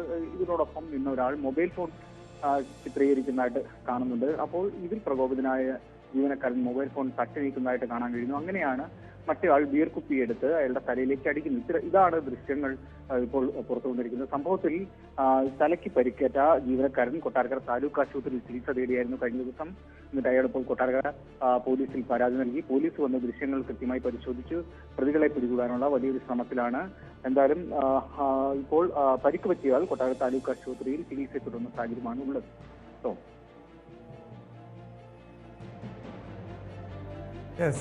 വിനീഷ്, നമുക്ക് ആ ദൃശ്യങ്ങൾ കാണാം. ആദ്യം ഈ മാനേജറുടെ തലയ്ക്ക് ബിയർ കുപ്പി കൊണ്ട് അടിക്കുന്നുണ്ട്. അതിനുശേഷം രക്ഷപ്പെടാൻ ശ്രമിക്കുന്ന ഈ അക്രമിയെ ബിവറേജസിൽ മദ്യം വാങ്ങാനെത്തിയ മറ്റുള്ളവർ തടഞ്ഞു വെക്കുന്നു. പക്ഷെ അവരെ തള്ളി നീക്കി പുറത്തേക്ക് രക്ഷപ്പെടുന്ന സാഹചര്യമാണ് ഉണ്ടാകുന്നത്. ആ രക്ഷപ്പെടുമ്പോൾ ബിവറേജസിൻ്റെ ആ വാതിൽ തന്നെ അടിച്ച് തകർക്കുന്നുണ്ട്. ഈ അക്രമിയെ പിടികൂടാൻ കഴിഞ്ഞിട്ടുണ്ടോ? ഇയാളുടെ ഒരു പശ്ചാത്തലം എന്താണ്? ഏതെങ്കിലും ക്രിമിനൽ സ്വഭാവമുള്ള വ്യക്തിയാണോ, അതോ മദ്യലഹരിയിലായിരുന്നോ ആക്രമണം? നമ്മൾ ഈ സംഭവത്തെ കുറിച്ച് തിരക്കിയപ്പോൾ അറിയാൻ കഴിയുന്നത്, ഇന്നലെ ഈ വൈകുന്നേരത്തിൽ കൂടി ക്ഷമിക്കണം 8:45 കൂടിയാണ് രണ്ടുപേർ എത്തുന്നത്. അപ്പോൾ നമുക്ക് ദൃശ്യങ്ങൾ കാണുന്ന മറ്റൊരാളെയും കൂടി കാണാൻ കഴിയുന്നുണ്ട്. ഹെൽമറ്റ് വെച്ച് ഒരാൾ മുഖം പൂർണ്ണമായി മൂടിയ സാഹചര്യത്തിലേക്ക് എത്തുന്നു. അപ്പോൾ ഈ ഇത്തരം മുഖം മറച്ചുകൊണ്ട് ഈ ബിവറേജ് കോർപ്പറേഷനിൽ എത്തുകയും മദ്യം വാങ്ങുകയും ചെയ്യുന്നു. അപ്പോൾ ഇതുമായി ബന്ധപ്പെട്ട് ചില തർക്കങ്ങൾ അവിടെ നടന്നു എന്ന് പറയുന്നുണ്ട്. ഈ യുവാക്കളും ഈ ഹെൽമറ്റ് ധാരിയുമായിട്ട് ചില തർക്കങ്ങളുണ്ടായി. ഇതിൽ പ്രകോപിതരായ യുവാവിൽ ഒരാളാണ് മൊബൈലിൽ ഈ രംഗങ്ങൾ ചിത്രീകരിക്കാനുള്ള ഒരു ശ്രമം നടത്തുന്നത്. അപ്പോൾ ഇതുമായി ബന്ധപ്പെട്ടാണ് അപ്പോൾ ഈ ജീവനക്കാരുടെയും, അതായത് വനിതാ ജീവനക്കാരടക്കം ആ കൗണ്ടറിൽ ഉണ്ടായിരുന്നു, അവരുടെ എല്ലാം ദൃശ്യങ്ങൾ ഇയാൾ മൊബൈൽ ഫോണിൽ പകർത്തുന്നു. അപ്പോൾ ഇത് ചോദ്യം ചെയ്തിരുന്നു എന്ന് പറയുന്നു ജീവനക്കാരൻ. ഇതിൽ പ്രകോപിതനായ യുവാവാണ് ഈ അക്രമം നടത്തിയത്. ഉടൻ തന്നെ കയ്യിലിരുന്ന ഒരു ബിയർ കുപ്പിയെടുത്ത് അയാളുടെ തലയിലേക്ക് അടിക്കുകയായിരുന്നു. ആ കൃത്യമായ ദൃശ്യങ്ങൾ കാണാൻ കഴിയും അയാളുടെ തലയിലേക്ക് അടിക്കുന്നത്. അപ്പോൾ തലയ്ക്ക് 3 തുന്നൽ വേണ്ടി വന്നിട്ടുണ്ടെന്നാണ് ഇപ്പോൾ അറിയാൻ കഴിയുന്നത്. എന്തായാലും അയാൾ ഇപ്പോൾ ആശുപത്രിയിൽ ചികിത്സയിൽ കഴിയുന്നു. ഈ പ്രതികൾക്കായിട്ടുള്ള അന്വേഷണം ഇപ്പോൾ തുടങ്ങിയിട്ടുണ്ട് കൊട്ടാരക്കര പോലീസ്. ഇവരുടെ വീട്ടിൽ അന്വേഷിച്ചെത്തി. അപ്പോൾ പക്ഷേ ഇപ്പോൾ പ്രതികൾ 2 പേരും ഒളിവിലാണ് എന്നുള്ളൊരു സൂചനയാണ് പോലീസിൽ ലഭ്യമാകുന്നത്. എന്തായാലും അവർക്കായിട്ടുള്ള അന്വേഷണം ഊർജിതമായിട്ട് നടക്കുന്നുണ്ട് കേട്ടോ. മറ്റേതെങ്കിലും ഇതിനു മുൻപ് ഏതെങ്കിലും കേസുകളിൽ പ്രതികളായിട്ടുള്ള വ്യക്തികളാണോ ഈ 2 പേരും? ഈ അക്രമ കേസുമായി ബന്ധപ്പെട്ട് പോലീസ് നിലവിൽ പ്രതി ചേർത്തിട്ടുള്ളവർ? അത്തരത്തിലുള്ള സൂചന പോലീസ് ലഭ്യമാകുന്നില്ല. എന്നാലും പ്രതികളെ കുറിച്ച് സൂചന ലഭ്യമായിട്ടുണ്ട്. പക്ഷെ അവർ മുൻപ് ഇത്തരം ക്രിമിനൽ പശ്ചാത്തലമുണ്ടോ എന്നതിനെ കുറിച്ച് എല്ലാം പോലീസ് അന്വേഷിക്കുന്നുണ്ട്. നിലവിൽ അങ്ങനെയൊന്നും ഇല്ലെന്നാണ് പോലീസിന് അറിയാൻ കഴിയുന്നത്.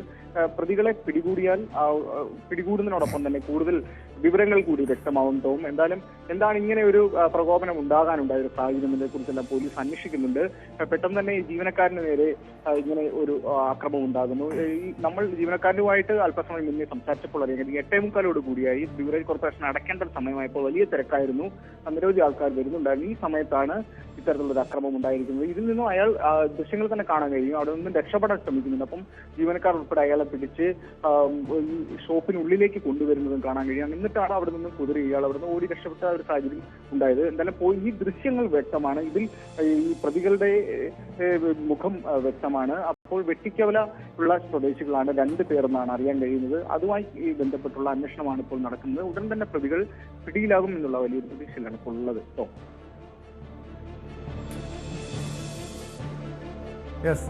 വ്യക്തമാണ്. വിനീഷാണ് കൊല്ലം കൊട്ടാരക്കരയിൽ നിന്ന് വിവരങ്ങൾ നൽകിയത്. കൊട്ടാരക്കര ബിവറേജസ് കോർപ്പറേഷനിൽ മദ്യം വാങ്ങാനെത്തിയ ആളാണ് മാനേജറുടെ തല അടിച്ചു പൊട്ടിച്ചത്. സംഭവത്തിന് ശേഷം രക്ഷപ്പെട്ട പ്രതികൾക്ക് വേണ്ടി പോലീസ് അന്വേഷണം ആരംഭിച്ചിട്ടുണ്ട്. സ്പോട്ട് ലൈവിൽ ഒരു ഇടവേള കൂടി.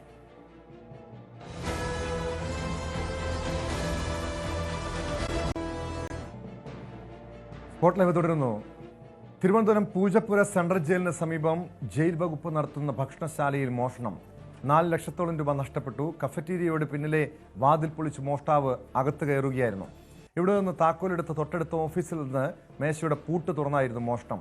ഭക്ഷണശാലയ്ക്ക് സമീപമുള്ള CCTV പ്രവർത്തനരഹിതമായിരുന്നു. സംഭവത്തിൽ പൂജപ്പുര പോലീസ് അന്വേഷണം ആരംഭിച്ചിട്ടുണ്ട്. വിവരങ്ങളുമായി സാരംഗ് സുധാകരൻ ചേരുന്നു. സാരംഗ്, ജയിലിന് സമീപത്തുള്ള ക്യാൻറ്റീനിലാണ്, ഭക്ഷണശാലയിലാണ് ഈ രീതിയിലൊരു മോഷണം ഉണ്ടായിരിക്കുന്നത്.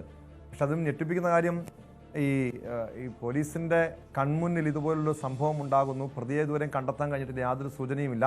അവിടുത്തെ CCTV പോലും പ്രവർത്തന രഹിതമായിരുന്നു എന്ന് പറയുന്നു. പോലീസിനും വീഴ്ച, ജയിൽ വകുപ്പിനും വീഴ്ച സംഭവിച്ചിട്ടില്ലേ? തീർച്ചയായും ടോം, അത്തരത്തിലൊരു സംഭവമാണ് ഇന്ന് നടന്നത്. അതായത് ഈ ഒരു ജയിൽ വകുപ്പ് നടത്തുന്ന ഒരു കഫറ്റീരിയ, അതായത് ഈ പൂജപ്പുര സെൻട്രൽ ജയിലുമായി ചേർന്ന് നിൽക്കുന്ന ഒരു കെട്ടിടമാണ് ഈ ഒരു മോഷണം നടന്ന കെട്ടിടം. അതിൽ ഈ ഒരു CCTV പ്രവർത്തനരഹിതമാണ്. ഒപ്പം തന്നെ ഈ ഒരു സ്ഥാപനത്തിൽ നിന്ന് 4 ലക്ഷം രൂപ മോഷണം പോയി എന്ന് പറയുമ്പോൾ ഒരു വലിയ തരത്തിലുള്ള ഒരു മോഷണമാണ്. അതാണ് ഈ ഒരു പൂജപ്പുര സെൻട്രൽ ജയിലിനോട് ചേർന്ന് നിൽക്കുന്ന കെട്ടിടമായതുകൊണ്ട് തന്നെ നിരീക്ഷണ വലയത്തിൽ തന്നെ പെടുന്ന ഒരു കെട്ടിടമാണ്. മാത്രമല്ല പോലീസിന്റെ രാത്രി പെട്രോളിംഗ് അടക്കം ഇവിടെ കൃത്യമായി നടക്കുന്നുണ്ട്. പക്ഷേ അതൊക്കെ മറികടന്നുകൊണ്ടാണ് ഇത്തരത്തിലൊരു മോഷണം നടന്നിട്ടുള്ളത്. മാത്രമല്ല ഈ ഒരു മോഷണത്തിന്റെ ഒരു രീതി മനസ്സിലാക്കുകയാണെന്നുണ്ടെങ്കിൽ ഈ ഒരു പണം അവിടെ സൂക്ഷിച്ചു വെച്ചിട്ടുള്ള ഒരു കാര്യം കൃത്യമായി അറിയുന്ന ഒരു മോഷ്ടാവാണ് കടന്ന് ഈ ഒരു മോഷണം നടത്തിയതെന്നാണ് നമുക്ക് മനസ്സിലാക്കാൻ കഴിയുന്നത്. കാരണം ഈ ഒരു 4 ലക്ഷത്തിലധികം രൂപ അവിടെ ഉണ്ടായിരുന്നു എന്ന് ഈ പ്രതിക്ക്, ഈ ഒരു മോഷ്ടാവിന് കൃത്യമായി അറിയാം. അത് മനസ്സിലാക്കി ഈ പ്രവർത്തനരഹിതമായ CCTV എല്ലാം മനസ്സിലാക്കിയതിനു ശേഷം പുറകിലെ വാതിൽ തകർത്തുകൊണ്ട് അകത്ത് കയറി ഈ മുറിയിൽ മാത്രമാണ് കടന്നതെന്നാണ് നമുക്ക് ലഭിക്കുന്ന വിവരം. ആ പണം അപഹരിക്കാൻ വേണ്ടി മാത്രമാണ് ഇതിനകത്തേക്ക് കയറിയത്. അതിനർത്ഥം ഈ ഒരു പരിസരവുമായൊക്കെ കൃത്യമായി ഒരു പരിചയമുള്ള ഒരു വ്യക്തിയായിരിക്കണം ഈ ഒരു മോഷ്ടാവ്. മാത്രമല്ല ഈ ഒരു പരിസര പ്രദേശത്ത് തന്നെ ഉള്ള ഒരാളാണെന്നാണ് പോലീസ് മനസ്സിലാക്കുന്നത്. അത്തരത്തിലാണ് പോലീസിന്റെ ഒരു അന്വേഷണം മുന്നോട്ട് പോകുന്നത്. മാത്രമല്ല വലിയൊരു തുക ഇവിടെ നിന്നും നഷ്ടമായിരുന്നു. അതായത് 4 ലക്ഷം രൂപയോളം ഈ ഒരു കെട്ടിടത്തിന്റെ ഈ ഒരു കഫറ്റേരിയയുടെ ഇത്തരത്തിലൊരു പ്രവർത്തനത്തിന്റെ ഭാഗമായി അവിടെ സൂക്ഷിച്ചിരുന്ന 4 ലക്ഷം രൂപ ഇവിടെ നിന്ന് നഷ്ടമായിട്ടുണ്ട്. ഇതൊരു ജയിൽ വകുപ്പിനെ അടക്കം ഒരു നാണക്കേട് ഉണ്ടാക്കുന്ന ഒരു സംഭവമാണ്. അതുകൊണ്ട് തന്നെ കൃത്യമായ ഒരു അന്വേഷണം ഇതിൽ നടക്കുമെന്നാണ് നമ്മൾ പ്രതീക്ഷിക്കുന്നത്. മാത്രമല്ല ഈ ഒരു പ്രതിയെ എത്രയും പെട്ടെന്ന് പിടികൂടാനുള്ള ഒരു നീക്കങ്ങൾ പോലീസിന്റെ ഭാഗത്തു നിന്നും ഉണ്ടായിട്ടുണ്ട് കേട്ടോ.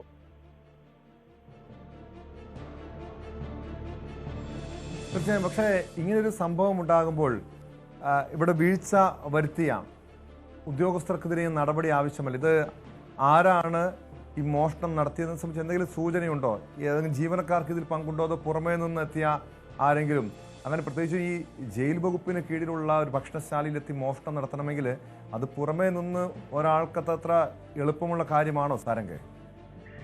അത്തരത്തിലാണ് അന്വേഷണം നടക്കുന്നത്. കാരണം അങ്ങനെ പുറമേ നിന്നുള്ള ഒരു വ്യക്തിക്ക് അത്ര എളുപ്പത്തിൽ ഇവിടേക്ക് എത്തിച്ചേരാനോ ഇവിടുത്തെ ഒരു സാഹചര്യങ്ങൾ അങ്ങനെ മനസ്സിലാക്കാനോ ഒന്നും അത്ര എളുപ്പമല്ല. കാരണം സാധാരണ രീതിയിലുള്ള ഒരു ഹോട്ടലോ അങ്ങനെ ഒരു കഫറ്റീരിയ അല്ല. കാരണം ജയിൽ വകുപ്പ് നടത്തുന്നതുകൊണ്ട് തന്നെ കൃത്യമായ ഒരു നിരീക്ഷണം, ഒപ്പം തന്നെ ഈ ഒരു ജയിൽ വകുപ്പുമായി ബന്ധപ്പെട്ടുള്ള ഉദ്യോഗസ്ഥരുടെ ഒരു സാമീപ്യം ഇവിടെ എപ്പോഴും ഉണ്ടാവും. അതുകൊണ്ട് തന്നെ ഒരു പുറമേ നിന്നുള്ള ഒരു വ്യക്തി ഇവിടെ വന്ന് ഇത്തരത്തിലൊരു മോഷണം നടത്താനുള്ള സാധ്യത വളരെ കുറവുമാണ്. മാത്രമല്ല ഇവിടെ ഇത്രയും വലിയൊരു തുക സൂക്ഷിച്ചിട്ടുണ്ട് എന്ന് മനസ്സിലാക്കാനും അത്ര എളുപ്പമല്ല. കാരണം ഈ ഇവിടെ പണം സൂക്ഷിക്കുന്ന ഈ ഒരു മുറി അടക്കം കൃത്യമായി മനസ്സിലാക്കിയിട്ടാണ് ഈ ഒരു മോഷ്ടാവ് ഈ കൃത്യം നടത്തിയിട്ടുള്ളത്. ഇത് ശരിക്കും പറയുകയാണെങ്കിൽ ഇത്തരത്തിലൊരു മോഷണം ഈ ഒരു ജയിൽ വകുപ്പിന് വലിയൊരു നാണക്കേട് ഉണ്ടാക്കിയിട്ടുണ്ട്. കാരണം ജയിലിനോട് ചേർന്ന് നിൽക്കുന്ന ഒരു കെട്ടിടമാണ്. കൃത്യമായ ഒരു നിരീക്ഷണം ഇവിടെ ഉണ്ടാകുന്നതാണ്. മാത്രമല്ല ഈ ഒരു തുക, ഇത്രയും വലിയൊരു തുക ഇവിടെ സൂക്ഷിച്ചിട്ടുണ്ട് എന്ന കാര്യം അടക്കം ഈ മനസ്സിലാക്കിക്കൊണ്ടൊരു ഈ ഒരു മോഷണം നടത്തണമെങ്കിൽ അത് ഈ ഒരു കഫറ്റീരിയയുമായി ബന്ധപ്പെട്ട് നിൽക്കുന്ന ഒരു ജീവനക്കാരൻ ആകാനാണ് സാധ്യത എന്നാണ് പോലീസ് മനസ്സിലാക്കുന്നത്. കാരണം ഇത് കൃത്യമായി മറ്റൊരു വസ്തുക്കളും മോഷണം പോയിട്ടില്ല എന്നാണ് മനസ്സിലാക്കാൻ കഴിഞ്ഞത്. മാത്രമല്ല ഈ ഒരു തുക മാത്രം ലക്ഷ്യം വെച്ചുകൊണ്ടാണ് ഈ ഒരു മോഷ്ടാവ് ഈ ഒരു മോഷണം നടത്തിയിട്ടുള്ളത്. അത് കൃത്യമായി നടപ്പാക്കുകയും ചെയ്തു. മാത്രമല്ല ഈ ഭാഗത്തെ CCTV പ്രവർത്തനരഹിതമാണെന്ന് അടക്കം മനസ്സിലാക്കിയിട്ടുണ്ട്. കാരണം നമുക്കറിയാം ഇപ്പോൾ ഒരു മോഷണം നടക്കുമ്പോൾ ആദ്യം പോലീസ് പരിശോധിക്കുന്നത് CCTV ദൃശ്യങ്ങളാണ്. അതുകൊണ്ട് തന്നെ അത്തരം ദൃശ്യങ്ങളുടെ ഒരു ലഭ്യത അവിടെ ഇല്ല എന്ന് മനസ്സിലാക്കിയ പ്രതി അത് കൃത്യമായി ഉപയോഗപ്പെടുത്തിക്കൊണ്ടാണ് ഈ ഒരു കെട്ടിടത്തിനകത്തേക്ക് കയറി. അവിടെ ഈ സമീപത്ത് ഭക്ഷണശാലയ്ക്ക് സമീപത്ത് CCTV പ്രവർത്തനരഹിതമായിരുന്നു പറയുന്നു. അതിന് സമീപത്തുള്ള, അതായത് ഈ ജയിലിന്റെ ഭക്ഷണശാലയ്ക്ക് സമീപത്തുള്ള മറ്റേതെങ്കിലും പ്രദേശങ്ങളിൽ CCTV കാണില്ലേ? അവിടെ കേന്ദ്രീകരിച്ചുള്ള പോലീസിന്റെ അന്വേഷണം എങ്ങനെയാണ്?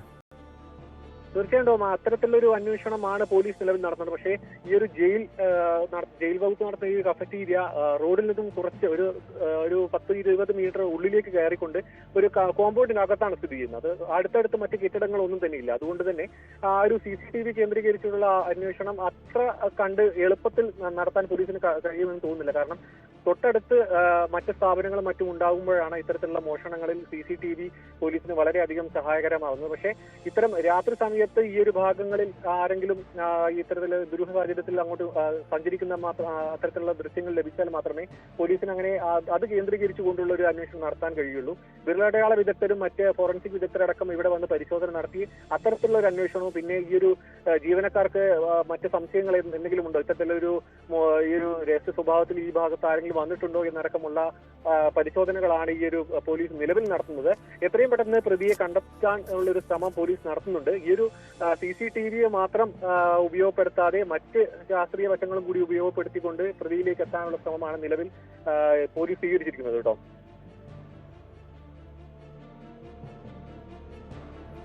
വ്യക്തമാണ്. തിരുവനന്തപുരത്ത് നിന്ന് സാരംഗ് സുധാകരനാണ് വിവരങ്ങൾ നൽകിയത്. പൂജപ്പുര സെൻട്രൽ ജയിലിന് സമീപം ജയിൽ വകുപ്പ് നടത്തുന്ന ഭക്ഷണശാലയിൽ നിന്നാണ് മോഷ്ടാവ് 4 ലക്ഷത്തോളം രൂപ കവർന്നത്. കഫറ്റീരിയയുടെ പിന്നിലെ വാതിൽ പൊളിച്ച് മോഷ്ടാവ് അകത്ത് കയറുകയായിരുന്നു. എന്നാൽ ഇവിടെ ജയിൽ വകുപ്പിൻ്റെ ഭാഗത്ത് ഗുരുതരമായിട്ടുള്ള വീഴ്ച ഉണ്ടായിട്ടുണ്ട് എന്ന ആരോപണമുണ്ട്. കാരണം ഭക്ഷണശാലയ്ക്ക് സമീപമുള്ള CCTV പ്രവർത്തനരഹിതമായിരുന്നു. സംഭവത്തിൽ പ്രതിക്ക് വേണ്ടി പോലീസ് അന്വേഷണം ഊർജിതമാക്കിയിരിക്കുകയാണ്. സ്പോട്ട് ലൈവ് പൂർണ്ണമാകുന്നു. നമസ്കാരം.